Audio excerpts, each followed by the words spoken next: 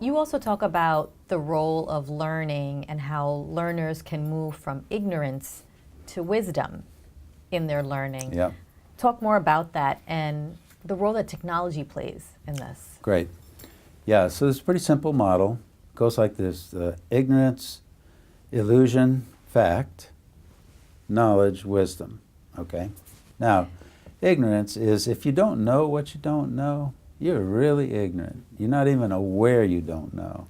So you have to start really with some sense of, I can probably learn something.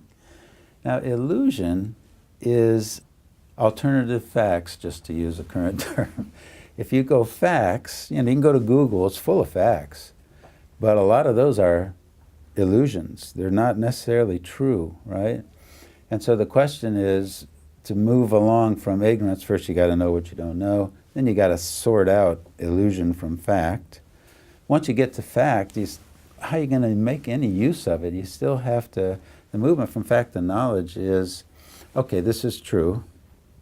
And for me to have know-how, I have to understand it.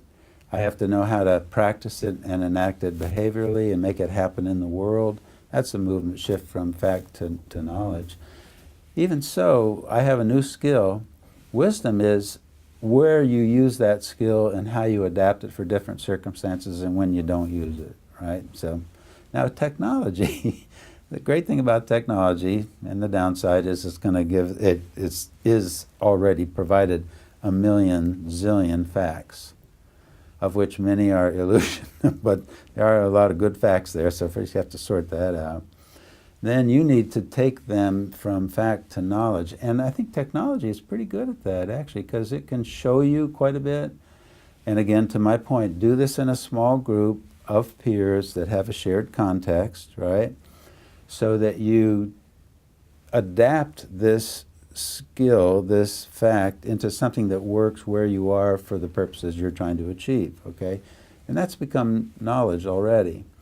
Now, to make it wisdom, you need to, if you have a global group, then that global group needs to say, okay, we can use that skill here in this way, but not that way. And whatever you do, don't bring that skill here. I could tell you a short story if you wanted to hear something like that.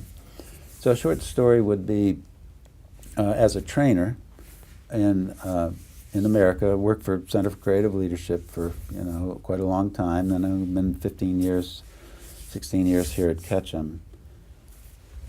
When you teach a group, a classroom group in America, the first thing you do when you have that half-day workshop, the first person you call in is the youngest person in the room. Everybody relaxes. Oh, thank goodness, everybody's going to have a voice.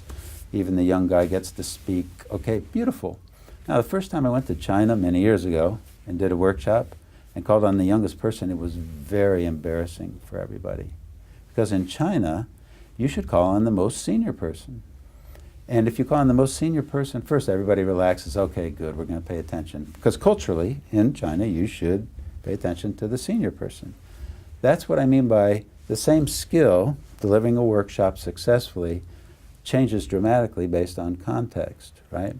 Now, technology can help us if we can gather people around globally in relation to that skill and say, go, works like this here, that there. Have you applied this model at Ketchum in Yes. your L&D programs? Yes, we have. I'll answer that question this way. The rest of the world says, oh gosh, North America's not another North American program. Oh, it's all about America. Can't you guys pay attention to us?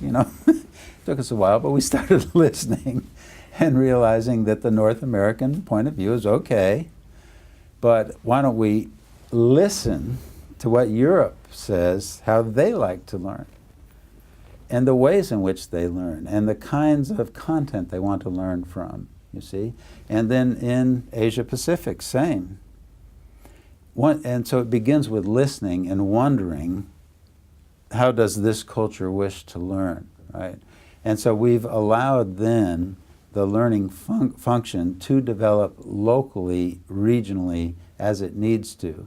We can provide some guidance globally, but then we expect it to change locally.